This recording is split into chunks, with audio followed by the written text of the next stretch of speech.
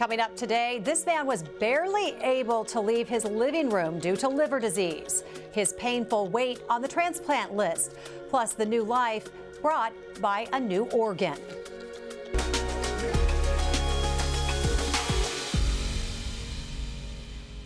Good morning, I'm Jessica Lovell, and welcome to the Morning Medical Update. The man we are about to meet today admits he was starting to lose hope while he waited for a liver transplant. Fluid kept filling up his abdomen. He could barely leave his recliner. Eventually, toxins started building up in his brain. But today, he is living what he calls his new life, thanks to a donor and a care team who made it their mission to get him a new organ. That man is Terry McIntyre, who we are so happy to be speaking with today. How are you? I'm very good. Thank you. Thank you. Blessed. You are blessed, and we are so blessed to have you here with us today. We're also so glad to have back with us Dr. Ryan Taylor, transplant hepatologist here at the health system. Good morning. Glad to have you back. Thank you. We're talking a lot about the liver these days. I love it. I know you do. I know you do. It's your favorite organ, but we're learning a lot about the liver and transplantation. And we're excited to hear about Terry's story. Terry, liver problems can start silently, as we're learning. It was about 7 years ago when blood work showed that your liver enzymes were elevated and you were sent to a hepatologist. Do you remember feeling ill at all? No. In fact, I was doing an annual checkup, and in the annual checkup, when they did the blood work, it came back with liver enzymes being elevated, and I wasn't feeling sick at all. And it was, of course, then they said, well, because the enzymes are elevated, we need to get you in and get a biopsy. And so went in for the biopsy, and they confirmed cirrhosis. And of course, you don't have an idea of to how big an extent, but you know for sure there's cirrhosis. And so that's when the whole kind of like life began to change a little bit. Well, first of all, good that you were getting your annual checkups. Yes. I liked that story. But you were asked to see, you were told to see a hepatologist, and then you were told to see Dr. Taylor, and you wanted to see him specifically. Tell us why. Well, my father also had to have a liver transplant, and Dr. Taylor was in charge of that.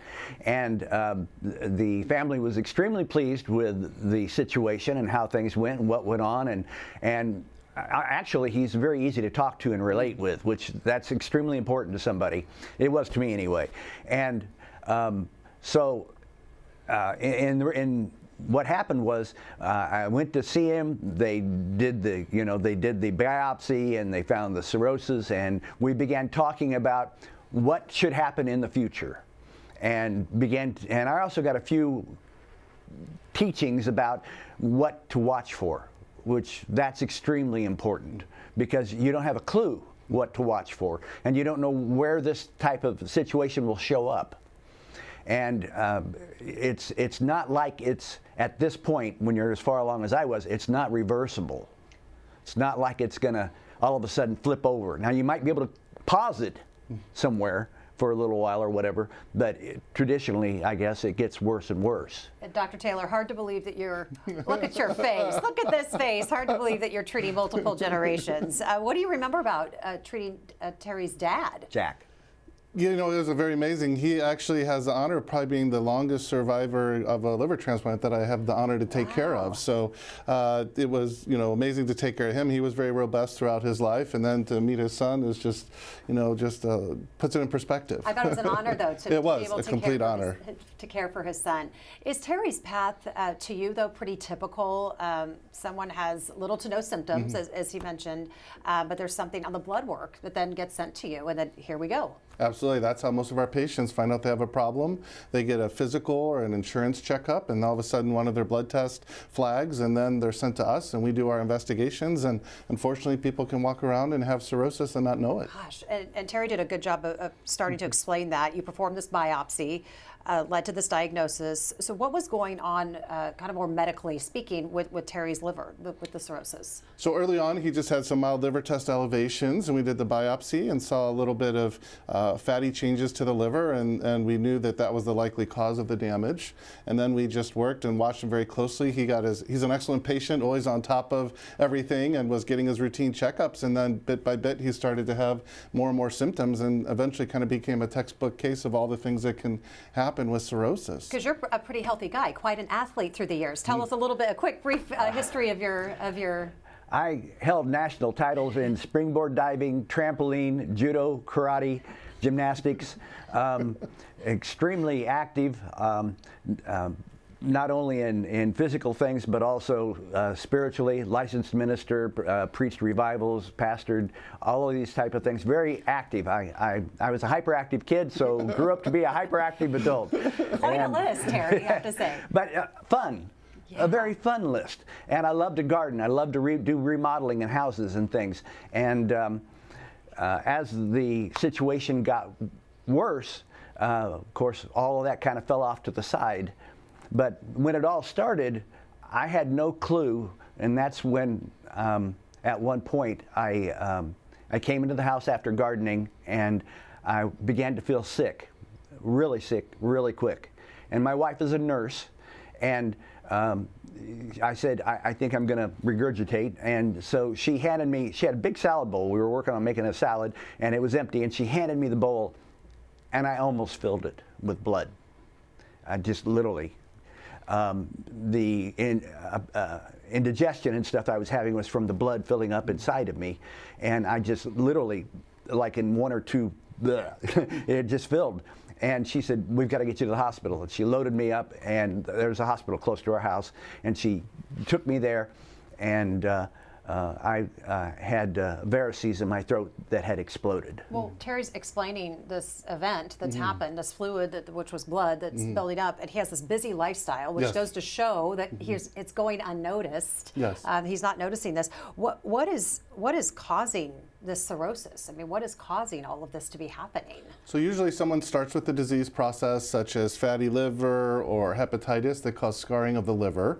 And then as the liver scars down, you start to get increase in pressure in the circulation of the liver, and that's called portal hypertension. And that's what then can start causing a lot of these complications Terry's experienced. So there was an effort to change the name of liver disease. Could you explain the preferred name and why there was a need to change it from the old name? Yeah, so fatty liver is what the layman's terminology is for right now the most common liver disease that we see.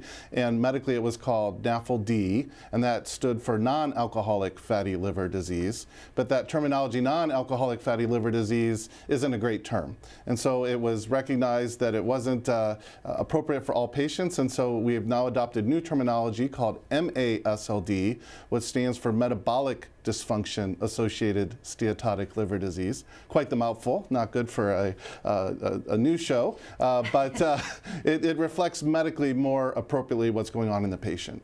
So what causes MASLD? Can it be prevented? So it's associated with metabolic disease, and so those are things such as diabetes, having an elevated weight, having high cholesterol, high blood pressure, those kind of things, and stems from how our body uses energy. So Terry, of course, eventually needed a transplant, a liver transplant. But how is MASLD treated before a transplant is eventually needed? So first and foremost, recognition and diagnosis is the most important thing, since it is very silent for most patients and have no symptoms, so we have to catch it early. And when we treat patients, then we focus first on diet and lifestyle changes. And thankfully now we're seeing more and more medications come out that can be an offer to help patients.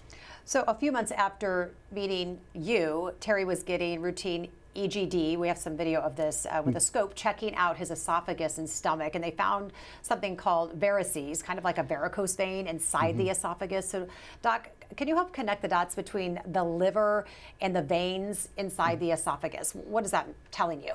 Yes, so when patients get cirrhosis, the special circulation of the liver starts to back up, and as it backs up, it can start forming veins in places that don't belong, and as those veins get bigger, then they have a risk of rupturing and bleeding.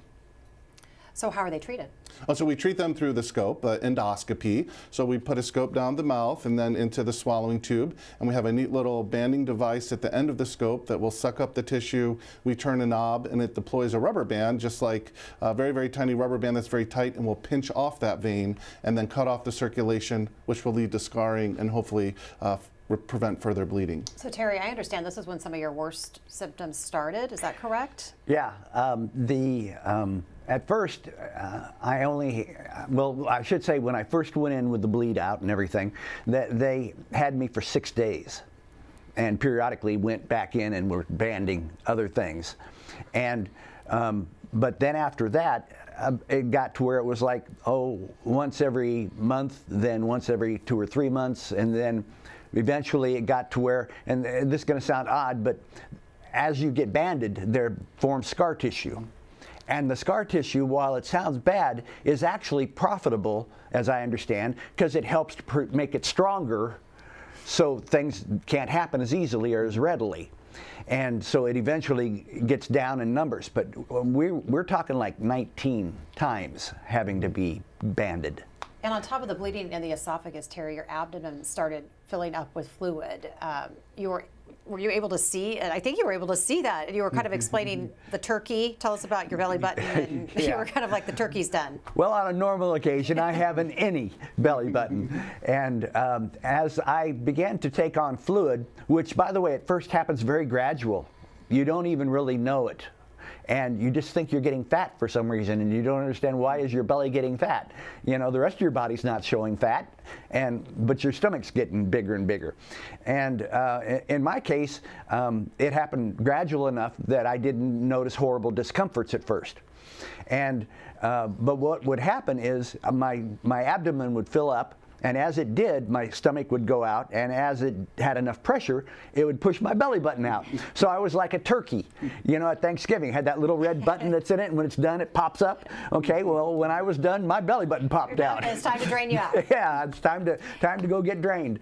And you would have to bring different size of clothes, like your small, medium, and large sizes, yes, right? I had 3 totally separate wardrobes. At the highest point, just before, not too long before the surgery for liver transplant, I was at about 10 liters of liquid in my abdomen. And at first they were just taking out like 4, 5, whatever.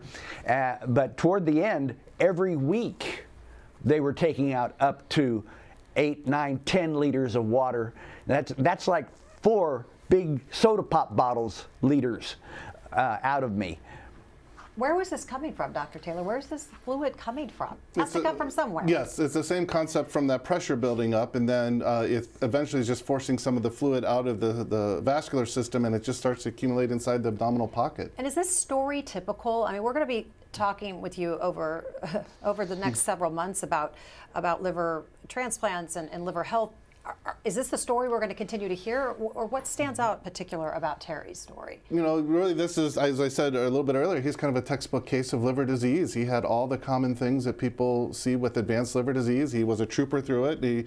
He's a really tough guy. Obviously, he jokingly says he has all these things, but that's a lot to go through. There's a lot to go through. It's a lot to go through, because some people will get their belly drained. I think at one point he was getting tapped once a week to pull this fluid off, and then you come in once every month or every couple months and get a scope. He's getting multiple blood draws. It just really takes over your life. It does. With your symptoms. It does. You had the stamina, Mr. Black Belt. You had it. Well, I always have been blessed with a great healthy body, and when stuff started crapping out, that's quite a whole lifestyle change. It is. Could no longer do almost any of the things that I loved doing. Thank goodness I had a wonderful wife through it all. That was my next question, because it must have been tough on you, but you had quite the support system in the way of this woman right here. Excellent. That's Elise. Hi, Elise. Hi. She is a nurse who also has a legal background, and she's quality control over children, and she is 2 things that she did that were absolutely off the charts wonderful. One is she could take and understand the language that doctors and pharmacists speak, because that's one of the big things that can bring comfort to you, is to actually understand what in the world they're all talking about, because a lot of professionals use language that they all understand, but I would have not understood. And she made them make sense to me, which that's very comforting. Also, being a nurse, she didn't freak out over anything. And a lot of the stuff would have freaked out people. But she's calm, level-headed, you know, like she always said, I can always wait till later and freak out. I don't have to freak out now, you know. Well, and you're going to tell a story here in just a second as to where that came in handy, because Dr. Taylor, transplantation then became an option. When did that happen? As soon as we started to see him decline, I remember one morning in particular, he was in for his scope, and I was really just taken aback about how much weight he was starting to lose in his face and getting weaker, because I knew he was such a robust person. And we started to see his lab work go up, and so that was clues that we needed to get him on the list. And then about a month later, your wife needs to call 911, I understand, Terry? Yes, I had about 2 days of total incoherence. I had no idea where I was, what I was doing, what was going on. Apparently, I had wandered into the front room in the middle of the night, like 1 o'clock, and had sat down in almost a recliner type of thing, and she woke up and realized I was no longer in bed, so she gets up and she hunts around for me, comes in the front room and finds me kind of like sitting there, and I am growling like an animal and flailing. And she tries to comfort me, talking to me, things like that. Doesn't get close to me, because if I hit her, I might break something, you know, because of my karate. And so she has enough smarts to not get in too close, but she can't talk to me. I can't understand. I can't get a hold of what's going on at all. And Dr. Taylor, there's something actually happening here. This is a medical term. There is. So he was having manifestations of hepatic encephalopathy. And so this is the third thing that can happen with patients with cirrhosis. And so this is where the sick liver doesn't detoxify the blood. So these toxins build up in the brain and can make people have personality change, behavior change, and almost develop like an Alzheimer's-like picture sometimes with their memory and just being in a fog all the time. Wow. So after that scare, Terry's still getting fluid drained from the abdomen. And yep. When does this transplant take place? How soon are we able to get the transplantation? Well, it's all the organs are shared based on your MELD score, which is a blood test blood calculation that we do.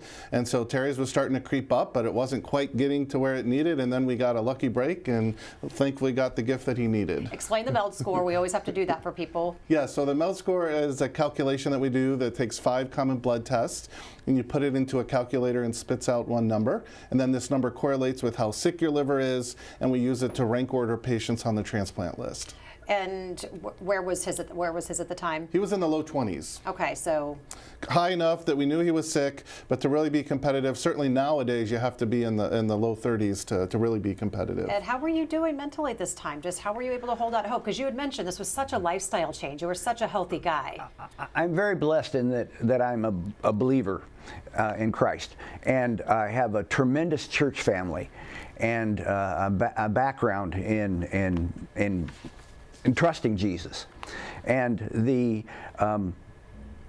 while emotionally it was a roller coaster, tremendously roller coaster, spiritually I was okay, because I had at certain points well, let me say this first. The number of people who are able to get transplants is not equal to the number of people that need transplants. Nowhere near. And people have to get pretty bad off before they're able to get a transplant. Now, people might think that that's totally up to the doctor. It's not totally up to the doctor. I guess there's a government thing or something that has to do with who can and who can't get. And they take a lot of things and weigh them together to decide. And the odds of me getting a transplant were really bad. Really bad, because one, I was too healthy. Kind of odd to hear that, but it's kind of true.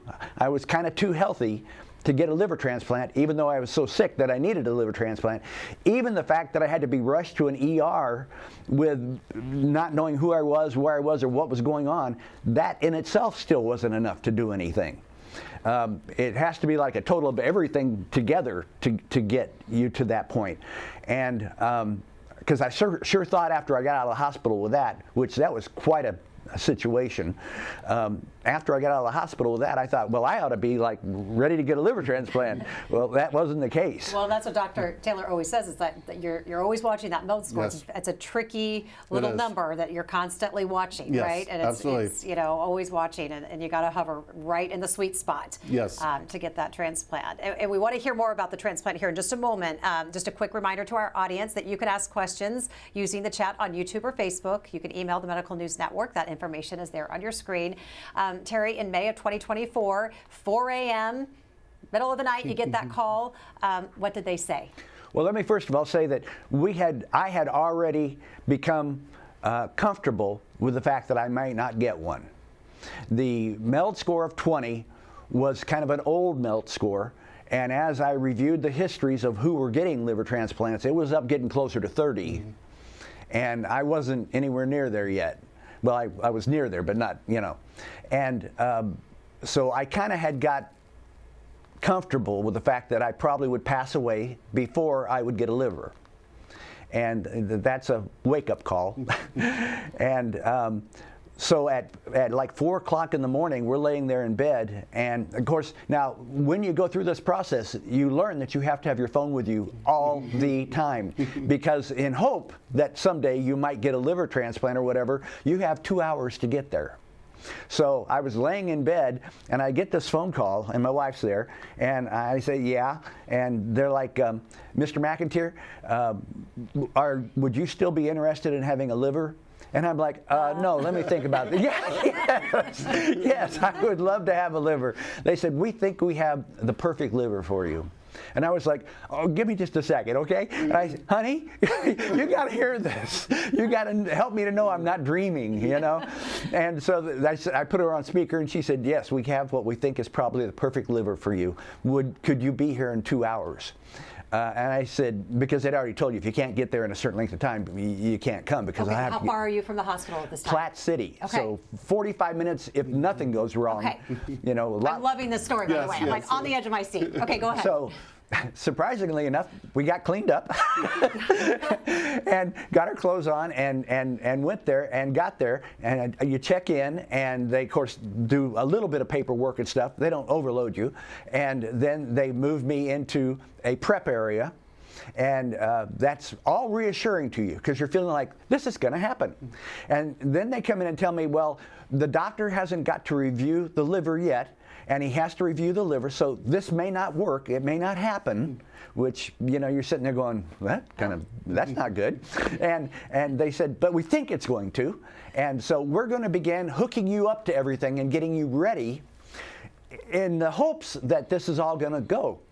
And they said, and if it doesn't, this will be a good practice session for you. A practice run? Okay. And so pretty much I, at that point, had 4 or 5 doctors at my bedside with nurses running everywhere and paraprofessionals. And so I literally felt like I was at the bottom of a football dog pile. And everybody had some limb or arm or whatever of my body doing things with them. And my wife, because she's a nurse, at one point they were going to do an arterial line. And the doctor who was doing it, I think he may have been an anesthesiologist, I don't know. But anyway, he says, now this is kind of like an IV. Well, let me tell you, it is not like an IV. The only thing that resembles an IV is that there's a needle involved. And it is substantially more uncomfortable. My wife actually had to leave because I cried. And so they put the line in, and then she comes back immediately. And but everybody's getting me prepped. And the doctor came out and saw me, and he said, we think things are going well and stuff. And he said, but I still haven't gotten all the review of the liver thing, because they run tests and stuff. And he didn't come back, and the next time I saw him was after the surgery. But he was there for the surgery, but I didn't see him during the surgery. And they came back out and they said, it's a go, which that's very comforting to you. You're laying there and you've spent by this time, he spent quite a bit of time getting all hooked up, wired up. And when do you know that this is happening, by the way? They keep us informed, and then we just keep constant updates, and we get updates on the donor. Did you get the early call too? I got a notification that there was going to be an opportunity for sleeping today. in. I was probably sleeping at the time because Okay, the surgeons are working. But I did get the notification as soon as we got an offer, which was just so amazing. So you get to rest, kind of going, okay, Yes. my guy's being taken Yes, care of. absolutely. And then you get to come in and go bedside and be Yep. like, how's it going? Yep. And then you get to go see him. Yeah, I went up and saw him, and I was just so happy knowing how much he suffered and how much he went through. And this is the most rewarding part of our job, is to get to see these successes happen. And so it's just truly a blessing. And then how long were you in the hospital? Because I think we have some photos of you like eating your hospital food, loving life. It wasn't that long. 5 days? Yeah, I think it was 5 or 6 days. You were pretty quick. 5 or 6 days. I had drain ports in me. And after a few days, they came in and closed up one drain port, excuse me. And then like a day later, they came in and closed the other drain port. And of course, you have to be all closed up before you can go home. And it began moving quite fast. My body took to my new liver like almost immediately.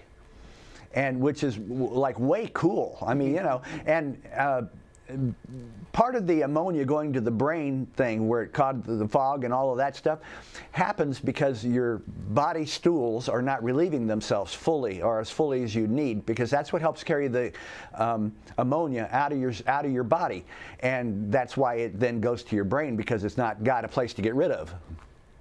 And you're back to gardening and driving and doing all the things you love, and you took some trips? Yes, we've been to Sedona, we've been Eureka Springs, we went dancing on New Year's Eve. We have pretty much resumed our old life. I mean, everything about it. I have a garden in my backyard, attending church on a regular basis, whereas before I had to just sit in my chair and watch it on TV, which was great that they had it on TV, because, you know, but, and I'm very supportive. I mean, the people were praying for me like crazy, which is awesome. I want to get to some questions from our viewers this morning. Jeremy has a question. Were the markers that something was wrong the kind of things that would show up in routine blood work at the doctor's office, or would you need to be tested for something liver specific to see that something was abnormal? That's a great question. So there are what are called liver function tests, and those are part of the standard lab panel that people get, and so it's a very easy, very routine test, part of most of your annual physicals that you would get. Tiffany wants to know, what foods should you avoid or implement into your diet for a healthy liver? So, you know, really we want people to have a healthy, balanced diet is the most important thing. We like the Mediterranean approach, but focuses more higher on protein and less on carbohydrates. And so that's, you know, the specific thing, but there's not one great food, one bad food. We like balanced food. Amy wants to know, how many people with diabetes go on to develop liver problems like MASLD? This is really scary because the latest data is showing up to 75 to 80% of diabetics are at risk of getting fatty liver disease. What do you think is the big takeaway from your story? Well, one, I want to say that I'm very pleased that I had a relationship with God. That gave me faith, hope, strength, and other things. I also had a absolutely off-the-charts wonderful wife for support. Those things are probably the most valuable to me. While I love my health and all of that, those things are what give you the hope to go on. Now, I think a couple of things that I might want to say that I don't think a lot of people realize is, like 1 out of 5 Americans probably have fatty liver. And I mean, that sounds really odd, but 20% of people, and they don't even know it. And the numbers of who is diagnosed with fatty liver are going way, way down. I'm talking children, little kids who have fatty livers. And they either don't know it, or sometimes they're even having to have surgeries done. And I don't think a lot of people realize this. Parents, if you could do anything, help your kids to have a healthy lifestyle. Get them out, let them play, let them exercise, let them do things. And you need to be the ones to control their eating habits, because they're kids. They're going to eat anything sweet that they can get their hands on. And so, you know, that means a lot to me. But the other thing is, getting to the doctor every year at least and having your lab work done. Don't put that off.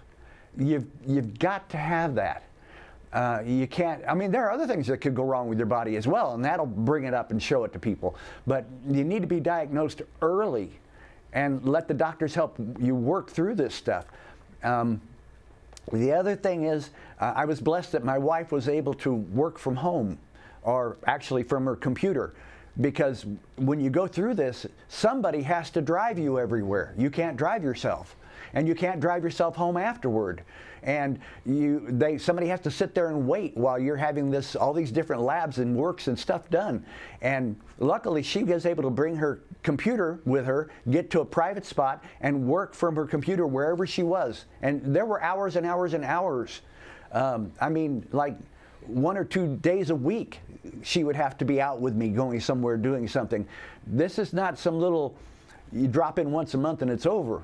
This is heavily every week for hours and hours. And it literally eats up your life.